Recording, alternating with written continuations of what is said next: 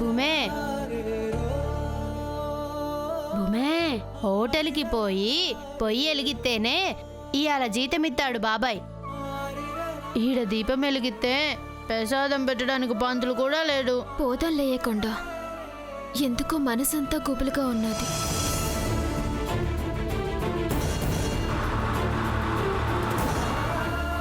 దీపం పెట్టి మన వాళ్ళంతా సల్లంగా ఉండాలని అమ్మవారిని కోరుకున్నాను. సరోజమ్మకు జ్వరమని తెలిసినప్పటి నుంచి నువ్వు దిగులుగానే ఉన్నావే. అపెండిసైటిస్ ఏమో అని భయపడ్డాను, కానీ కాదు, ఫుడ్ అలర్జీ వల్ల కడుపు నొప్పి వచ్చిందంతే. వీళ్ళ పిన్ని తను కలిసి ఏది పడితే అది తింటారు. కడుపు నొప్పి రాక ఇంకేం వస్తుంది? దిష్టి పెట్టకండి. చూడు శ్రీదేవి ఎలా అంటున్నారు. నీ బ్లడ్ శాంపిల్స్ ఇచ్చావా?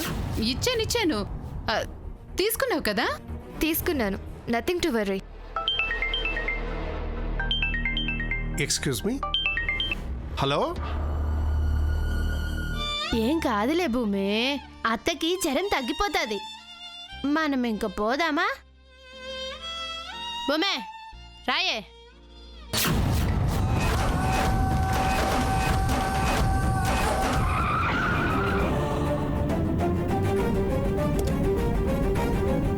డాక్టర్ డాక్టర్ ఏమైంది సార్? సిస్టర్,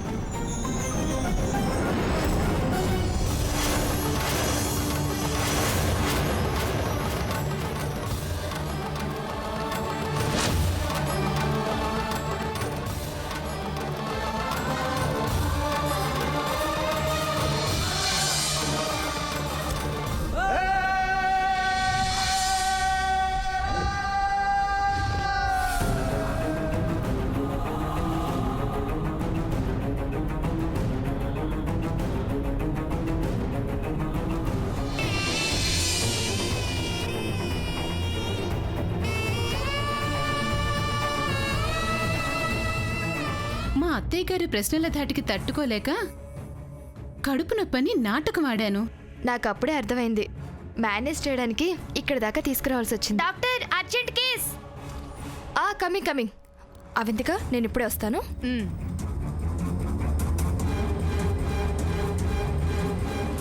ఈయన ఎక్కడికి వెళ్ళినట్టు? Okay that's fine, thank you, bye. Phone ఎవరు చేశారండి? కంపెనీ నుంచి వచ్చింది. ఇక వెళ్దామా?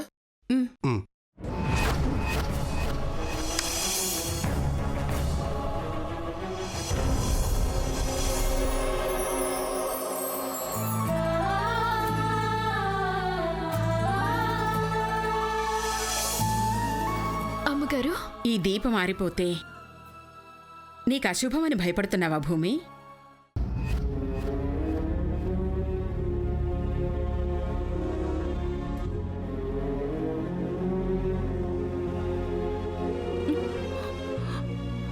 ఆంటీ, అన్నయ్య ఆంటీ స్ప్రో వచ్చింది. ఆంటీ ఇప్పుడు ఎలా ఉందా ఆంటీ?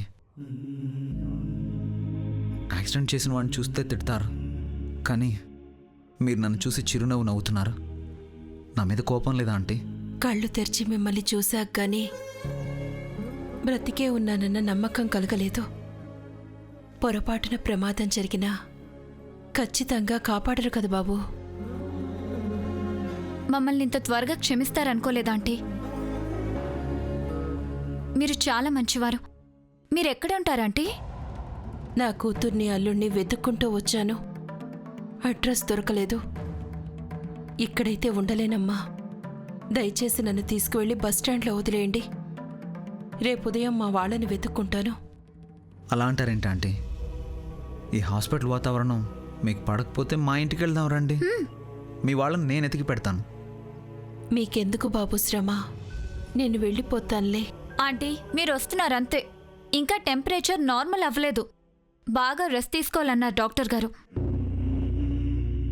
మా వాళ్ళు కూడా మీకేమైందో నన్ను కంగారు పడకూడదు అంటే మా వెంట మీరు రావాలి.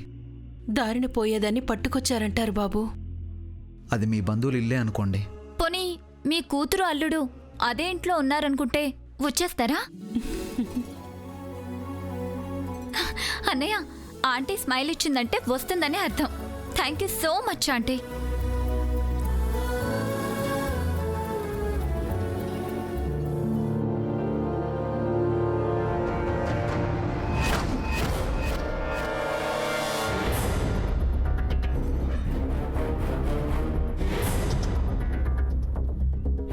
The number you are trying to call is currently not reachable. The number you are trying to call is currently not reachable. Please try again later. కంగారు పడుగుతారా? అనన్య విరాట్ దగ్గరే ఉంది కదా. ఫోన్ కాల్ కలవట్లేదు, నాట్ రీచబుల్ వస్తుంది. మమ్మీ నేను phone చేసినప్పుడు విరాట్ కంగారుగా మాట్లాడాడు. ఏమై ఉంటుంది?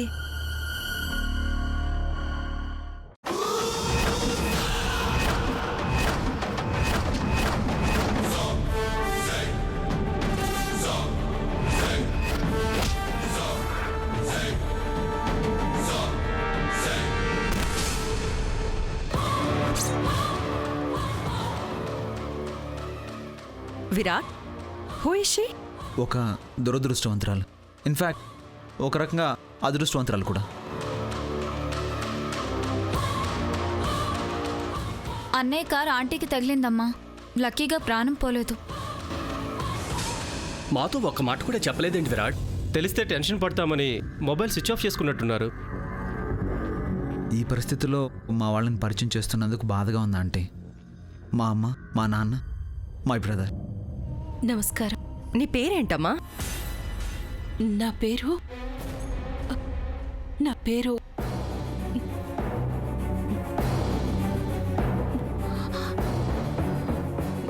నా పేరు లక్ష్మి. అరే సర్ప్రైజ్! మేం కూడా ఈమె పేరేంటో తెలియక హాస్పిటల్లో లక్ష్మి అనే రాయించాం. Lakshmi, nice name.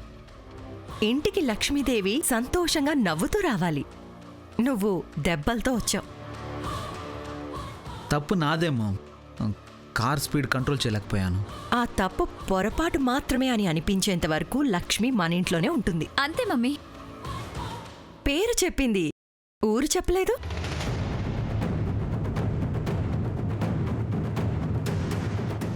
ఊరు వరంగల్.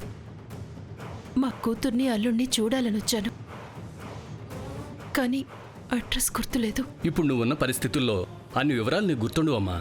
వెళ్ళి రెస్ట్ తీసుకో. అని ఆవిడ లోపల తీసుకెళ్ళు. రండి ఆంటీ. ఒక్క నిమిషం.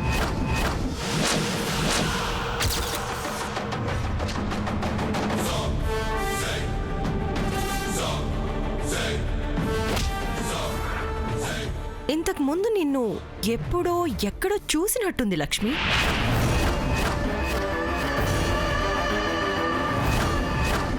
నాకు కూడా అలాగే అనిపించింది మా.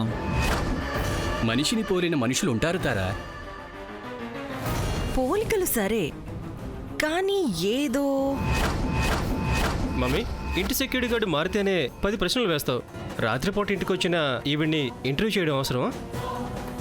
తెలిసిన వాళ్ళు అనిపించింది సామ్రాట్. సర్లే లక్ష్మి, నువ్వు లోపలికెళ్ళు. రండి ఆంటీ.